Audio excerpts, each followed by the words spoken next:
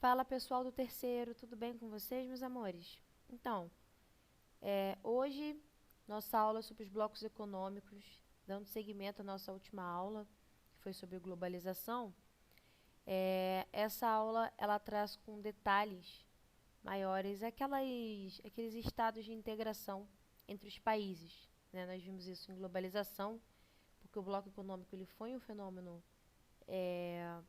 oriundo da globalização, né? E da interligação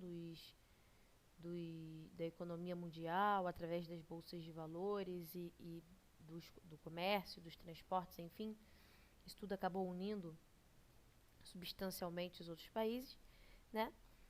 E com isso formou-se os blocos econômicos, né? Alguns de maior destaque, outros de menos destaque, mas nós vamos ver com maior cuidado e atenção os principais blocos econômicos do mundo e um destaque para uma coisa que todo mundo acha que é bloco, mas não é.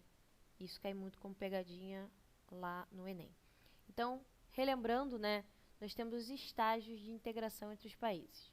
Então, o primeiro estágio, o estágio mais básico, é o estágio da zona de livre comércio, tá? Como assim? É o estágio inicial de integração. É quando os países falam assim, beleza, olha só, vamos diminuir aí essas barreiras comerciais, vamos flexibilizar essas taxas, ou até mesmo eliminar essas taxas, né? É uma coisa gradativa, tá? Um exemplo de zona de livre comércio é o NAFTA, que nós iremos estudar hoje, tá? A União Aduaneira é o update da zona de livre comércio. Todos esses aqui são updates dos anteriores, tá? Então, a área de livre comércio, ela já tem ali uma tarifa externa comum. Então, que ela é uma eliminação gradativa de barreiras comerciais. Agora, você já tem uma tarifa externa comum, né? Políticas comerciais em comum. Então, há ali acordos que são forjados ali, né? Entre os estados e entre esses grupos de países, né? Que vão constituir essa união aduaneira. Então, você tem áreas de livre circulação de bens, né, e uma tarifa externa comum, uma TEC, né, que é uma tarifa aduaneira, tá bom? Que vale para importações fora da área do Mercosul, no caso, tá? Como eu até falei, né, a principal união aduaneira é o Mercosul, então eu dei o exemplo do Mercosul, mas seria fora de qualquer país membro dessa união aduaneira. Mas a união aduaneira, o Mercosul é um exemplo da união aduaneira, né? O Mercosul qual o Brasil faz parte, tá? Próximo, mercado comum. E aí que tá a dúvida, né? Porque Mercosul quer dizer mercado comum do Sul. Aí a galera já pensa assim, então é mercado comum. Não, é união aduaneira, tá? Gravem isso, aí é pegadinha. Mercado comum é, né, a zona de livre comércio, mas a união aduaneira, né, com updates. Por isso que eu falei, um é sempre um update do outro, tá? Então, no mercado comum, você já tem ali a circulação de capital, de trabalhos, de bens, de serviços entre os membros, né? Então, um exemplo de mercado comum é a União Europeia, que é o bloco econômico mais desenvolvido do país. E aí a União Europeia, ele tem ainda um plugin, vamos dizer assim, que é o último dos últimas evoluções das zonas de integração, que é a União Econômica e Monetária, que já existe, né, na chamada Zona do Euro. A Zona do Euro, ela compreende a União Europeia. Vanessa, mas por que a gente não pode falar que a União Europeia como um todo usa o euro? Porque tem alguns países que ainda preferem conservar suas moedas locais, apesar de até adotar o euro de certa forma em algumas ocasiões. Mas por isso que a gente chama de zona do euro. Então você tem uma política monetária comum entre os países. Então isso aí é o último estágio dessa integração. Relembrando que Mercosul é união aduaneira e não mercado comum, apesar de o nome Mercosul ser mercado comum do Sul.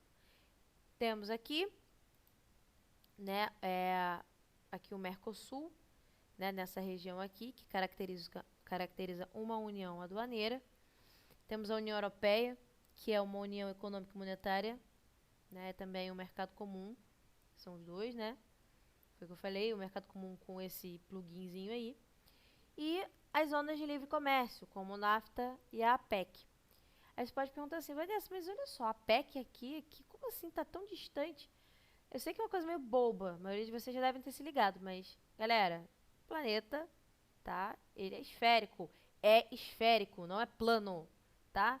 Logo, essa parte aqui, ela está próxima dessa parte aqui. Então, a APEC, depois nós vamos ver que é um bloco ali que pega Pacífico, tá? Começando agora com os detalhes. Vamos lá. União Europeia. Gente, a União Europeia, ela começou ali... se diz que ela nasceu, né? Porque ela nasceu, na verdade, como uma Comunidade Econômica Europeia, CEE, tá? Através do Tratado de Roma, em 57. Então, lá em 1951, tem essa Comunidade Europeia do Carvão e do Aço, que era um acordo, mas bem, assim, superficial, que evoluiu para o Tratado de Roma, que aí já era realmente uma associação, né? Lá em 1957, gente, pra vocês verem quanto tempo, né? E depois continuou a se desenvolver, a integração foi aumentando, até que o Tratado de Maastricht, e isso aqui, importantíssimo que vocês gravem, tá?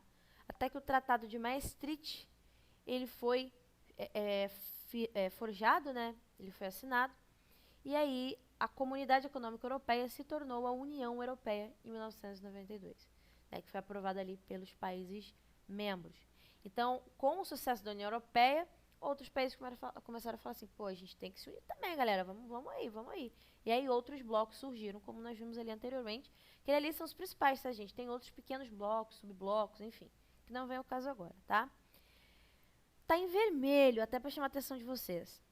Todos os candidatos a membro da União Europeia, tá? Eles precisam ter requisitos mínimos exigidos.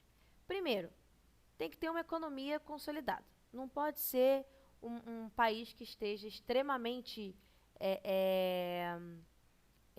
um país que esteja com a inflação lá em cima, que tenha absurdamente monopólios, controles de mercados, enfim, né? Com o livre comércio, o livre mercado, o neoliberalismo, ele é extremamente propagado, né? Dentre os blocos econômicos. Você precisa ter um controle sobre o déficit público, ou seja, a dívida do Estado. Não pode ser algo descontrolado. Como assim? Você não pode estar com a sua dívida do Estado, o que você deve maior do que o que você recebe de imposto. Então, você precisa estar com a sua balança ali equilibrada, tá?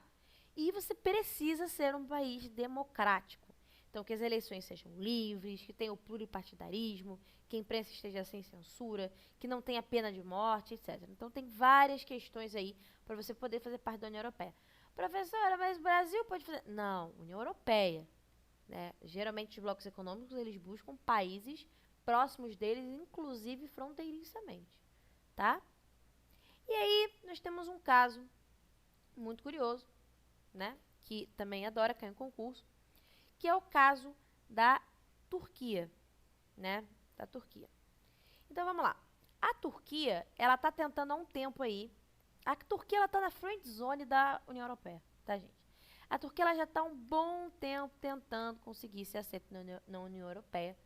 Mas a União Europeia diz que, como a Turquia não tem ali as liberdades democráticas, né? Porque lá você tem aquela subordinação de mulheres, muita corrupção. Há poucos anos atrás que a pena de morte foi completamente abolida. Então, a União Europeia sempre rejeita a entrada da Turquia, apesar dela cumprir outros pré-requisitos, né?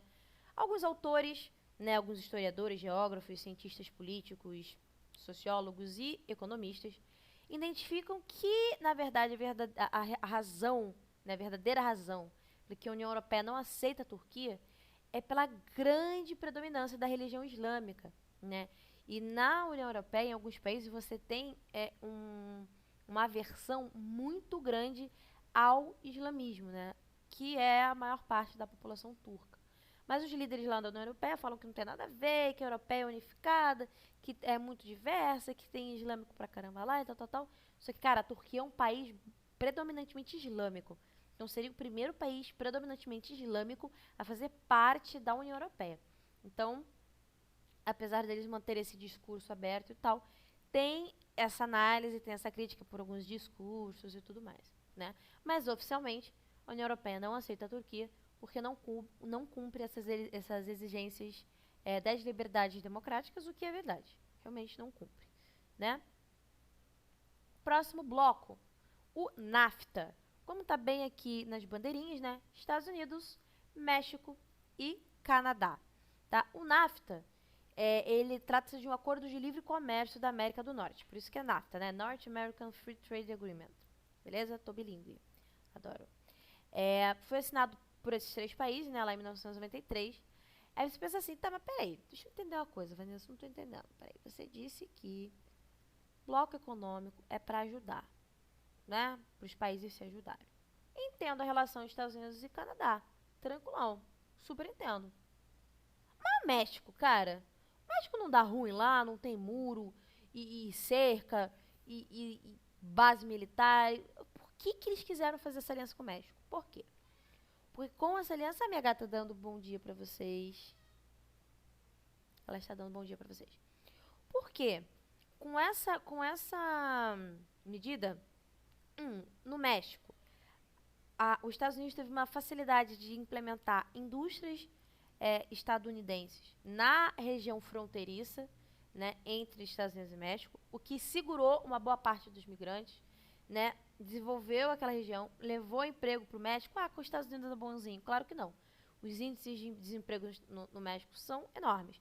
Então, o que aconteceu? Com isso, ele paga muito pouco para o mexicano trabalhar e tem ali o seu produto, né, chamadas maquiladoras norte-americanas que ficam na região fronteiriça ali com o México.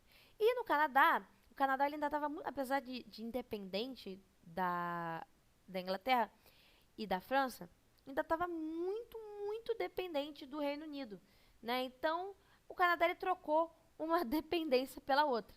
Deixou de ser dependente da Inglaterra e passou a ser um pouco ali, né? Um grande parceiro comercial, mas também dependente da economia estadunidense. Temos a APEC. Nós vimos lá, vou até mostrar de novo o mapa para vocês, ó. A APEC é tudo isso aqui, gente, tá? É um blocão, tá? A APEC, né, é essa Associação de Cooperação Econômica da Ásia e do Pacífico, né? Pega ali os países asiáticos e os países que beiram ali o Oceano Pacífico. São 15 membros fundadores da APEC. Relaxa que eu não vou cobrar todos os membros, nem vou cobrar isso aí.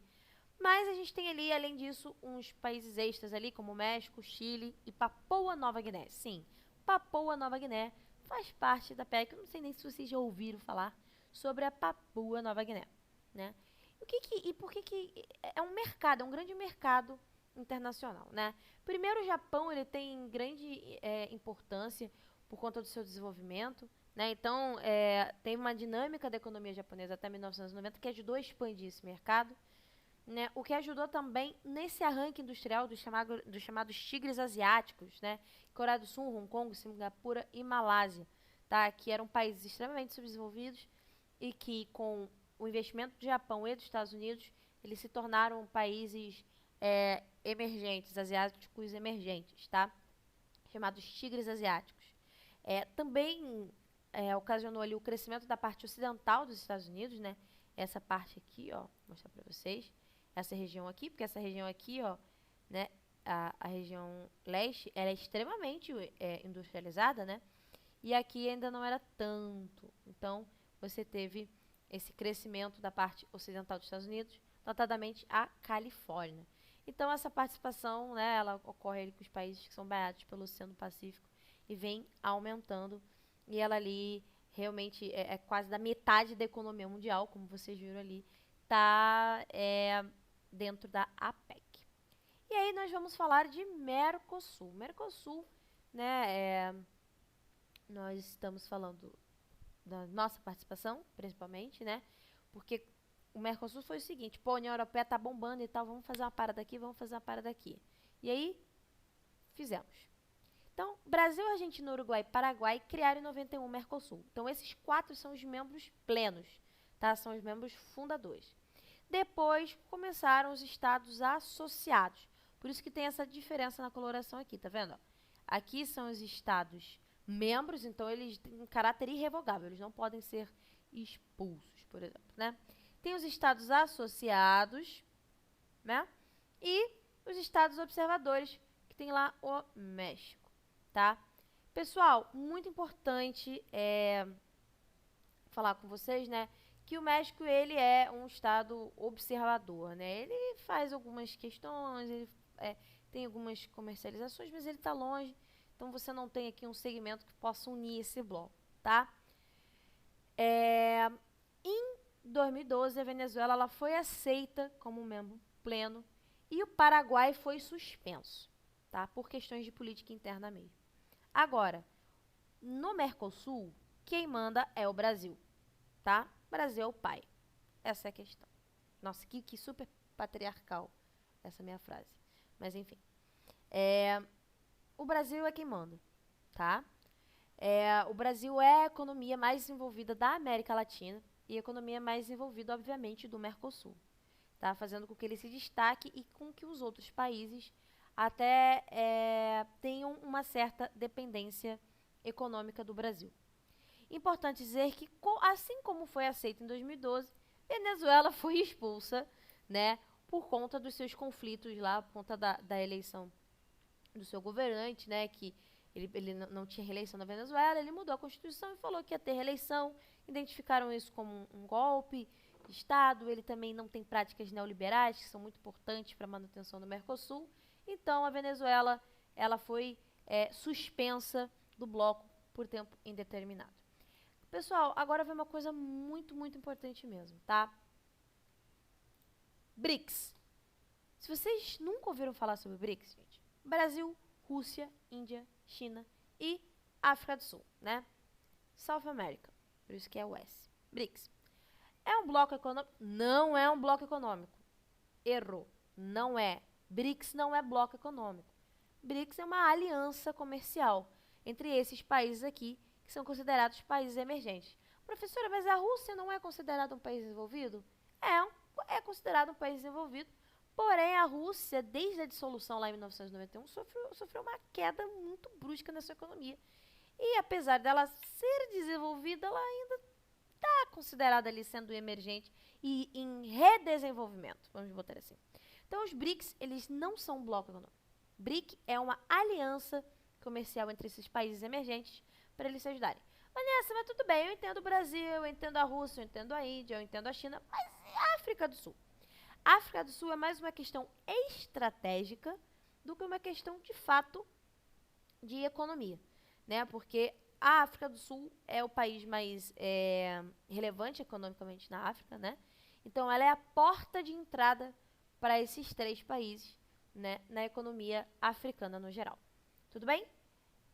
Vocês não querem mais, eu tenho certeza que vocês já estão cansados, então tem mais, tá? Pessoal, eu vou passar essas questões aqui para vocês, vamos estar corrigindo essas questões na aula ao vivo, tá? Então eu vou parar aqui, é só vocês darem pausa no vídeo, fazer essa questão, e aí nós vamos corrigir essa questão na nossa aula ao vivo, tá bom?